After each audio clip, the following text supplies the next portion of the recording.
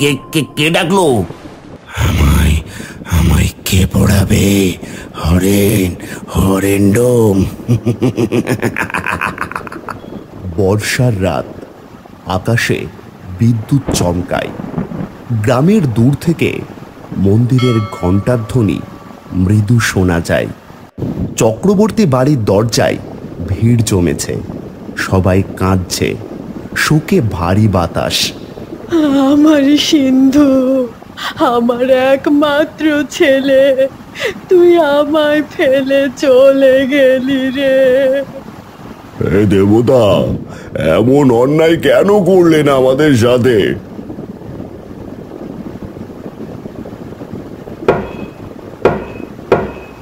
বগো বাবুরা, এই হরেন এসেছি, শ্মশানে নিতে হবে এখনই, নয়তো রাতভর পচে যাবে।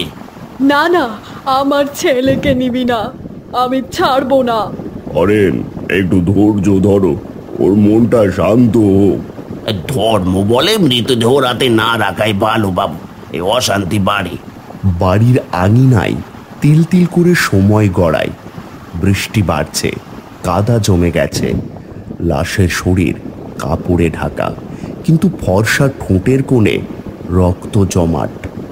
মুখে রক্ত কেন দাদা বাবু? কেমন খানা রোগে মারা পড়লো আপনার ছেলে? সুস্থ সবল ছেলে আমার, এভাবে যে কি হয়ে গেল কিছুই বুঝে উঠতে পারলাম না। এভাবে আমার ঘর অন্ধকার করে চলে যাবে আমি তা কখনোই ভাবিনি। এ দৃশ্য দেখার আগে আমার মরণ কেন হলো না ভগবান?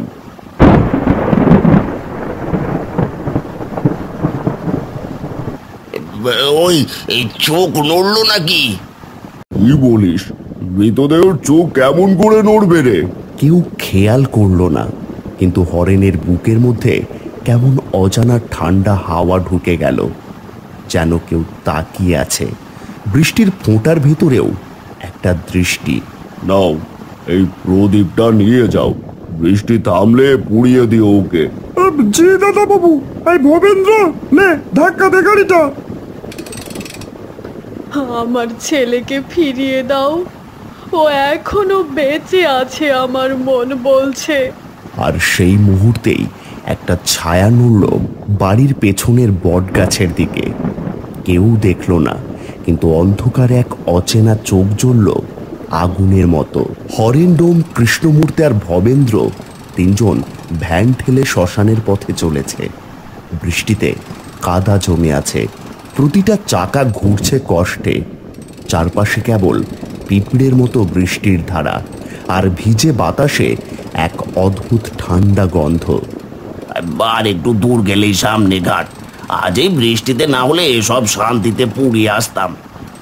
হরেন্দা, এই রাস্তার ধারেই তো গত বছর একজনের লাশ গায়েব হয়েছিল, তাই না? চুপ কর, ওসব বলিস না। শ্মশানের পথে এসব কথা উচ্চারণ না করাই ভালো। ওই মশালটা কেন এমন নিভে যাচ্ছে বারবার? হাওয়া তো এমন না। হরেনের মনে হলো ভ্যানের পেছনের থেকে মৃদু এক শব্দ এলো। কে কে কে ডাকলো? আমরা কেউ না দাদা, তুমি কিছু শুনলে নাকি?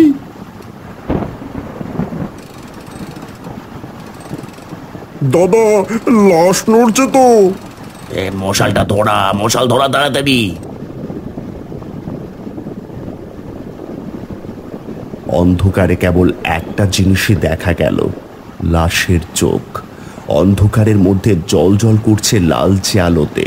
আমায় আমায় কে পড়াবে? হরেন, হরেন্ডম।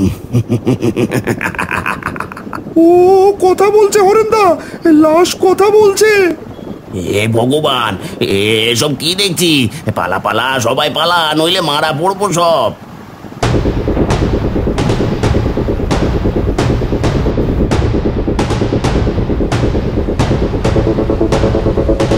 এক মুহূর্তেই তিনজন ছিটকে পড়ে গেল কাদার ভেতর। ভিজে বৃষ্টিতে মিশে গেল রক্তের গন্ধ। ওটা মানুষ না দাদা, ওটা অভিশাপ। দৌড়াও, এই লাশ শয়তান। ফেলে দে, ফেলে দে ভ্যানটা, পালা পালা।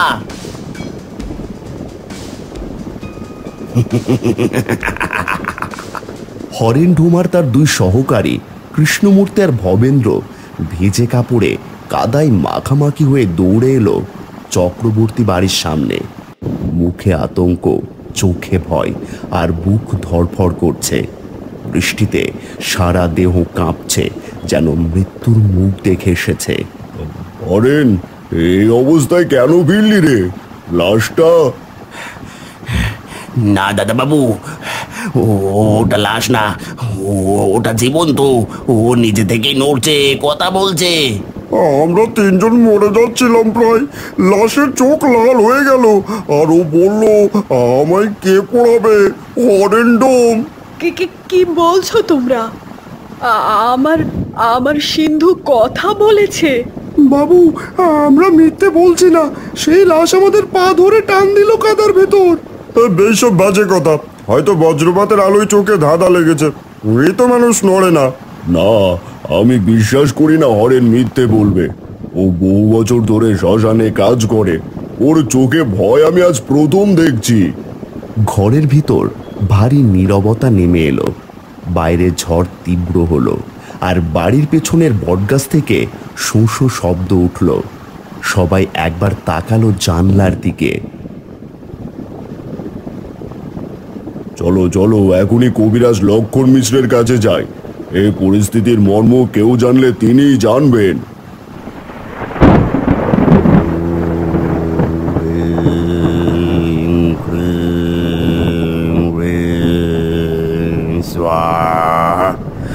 ওম ক্লিম ব্লিম রিম স্বাহা। কবিরাজ মশাই, আমাদের ঘরে ভয়ঙ্কর এক ঘটনা ঘটেছে। আমার ছেলের দেহ, ও যেন মৃত নয়। ও কথা বলছে কবিরাজ, বলেছে আমায় কে পড়াবে। এটা আর সাধারণ মৃত্যু নয় বাবুরা, এই দেহে এখন শয়তান ভর করেছে। শয়তান আমার ছেলের দেহে? হ্যাঁ মা, তোমার সন্তানকে কেউ কালো জাদু করে মেরেছে। জাদু এমন ভাবে করা হয়েছে যাতে মৃত্যুর পর তার শরীর শয়তানের বাসস্থান হয়। এ শরীর এখন ওরই হাতিয়ার। তাহলে এখন করণীয় কি? এই শরীরকে শেষ না করলে সে ফিরে আসবে। প্রতিটা রাতে ওর আত্মা আরো শক্তিশালী হবে, আর সে সেই পরিবারের সকলকে মেরে ফেলবে। আমরা তাহলে কি করব কবিরাজ? আমাদের ছেলেকে রক্ষা করা যাবে না। এখন যা করতে হবে তা খুবই ভয়ানক। তোমাদের আবার সেই লাশের কাছে যেতে হবে, শ্মশানে। ওর মুখে সত্যিটা আছে। এই কালো জাদু করেছে তা জানতে হলে লাশের সামনে যেতে হবে। ও তখনই নাম বলবে যখন শয়তান ওর ভেতর থেকে কথা বলবে। ঘরের আলো কাঁপছে, আর সবাই চুপ। বাইরে ঝড়ের গর্জন, কিন্তু তার চেয়েও ভয়ঙ্কর কিছু নেমে এসেছে এই পরিবারে। অদৃশ্য অন্ধকার, কালো জাদুর ছায়া। প্রস্তুত হও সবাই, আজ রাতেই যেতে হবে শ্মশানে। সবাই এলো। বিভূতিপ্রসাদ, সৌম্যলতা, রঘুনাথ, হরেন, কৃষ্ণমূর্তি, ভবেন্দ্র, প্রহ্লাদ কাকার কবিরাজ লক্ষণ মিশ্র। সবাই হাতে তেল প্রদীপ আর আগুন ধূপ নিয়ে। রঘুনাথ প্রথমে রাজি নন, তার কণ্ঠে উটু অপ্রস্মৃতির ছাপ। আমি যাব না, এই অন্ধকারে আমি ওখানে যাব না, না জানি ওখানে কি আছে। না, তুইও চল আমাদের সাথে। তোরও সত্যিটা জানা দরকার যে কে করেছে এসব, আর আদৌ কে সব সত্যি কিনা। লাশ নয়, কোথায় গেল? দাদা বাবু, ওই দেখেন, ওই গাছের উপর কিছু ছায়া নড়ছে। না না, এটা আমার সিন্ধু, ওকে নামাও, ওকে নামাও। ওং ত্রিলোক্য প্রেত প্রকাশায় সত্যং বচ মম শাসনং কং করিলই অনিষ্টং। ওং ত্রিলোক্য প্রেত প্রকাশায় সত্যং বচ মম শাসনং কং করিলই অনিষ্টং। বল বল স্বাহা। লাশটি ঘুরে উল্টো ঝুলছিল, মুখটা অচেনা, ঠোঁটে শুকনো লাল রেখা। কোনো মানুষের নয় এমন সুরার ভঙ্গি। ওং ত্রিলোক্য প্রেত প্রকাশয় সত্যং বচ মম শাসনং কং করিলই অনিষ্টং। ওং ত্রিলোক্য প্রেত প্রকাশয় সত্যং বচ মম শাসনং কং করিলই অনিষ্টং।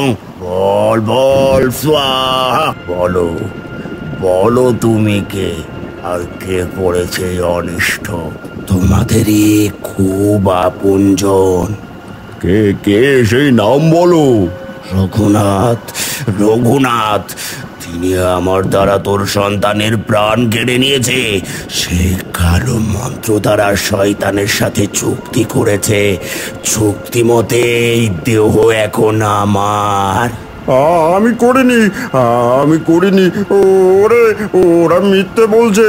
ওং ত্রিলোক্য প্রেত প্রকাশয় সত্যং বচ মম শাসনং কং করিলই অনিষ্টং। ওং ত্রিলোক্য প্রেত প্রকাশয় সত্যং বচ মম শাসনং কং করিলই অনিষ্টং। বল বল স্বাহা। আমি কিছুতেই বিশ্বাস করতে পারছি না তুই এই কাজ করেছিস। কিভাবে পারলি এই কাজ করতে? এত নিষ্ঠুর তুই কিভাবে হলি? এখন কি করলে তুমি এই দেহ ছেড়ে যাবে? আমি যার সাথে চুক্তি করেছি তাকে আমার চাই। প্রতিশোধের বদলে প্রতিশোধ, মৃত্যুর বদলে মুক্তি, আর তার বদলেও মৃত্যু। এই হলো শয়তানের চুক্তি।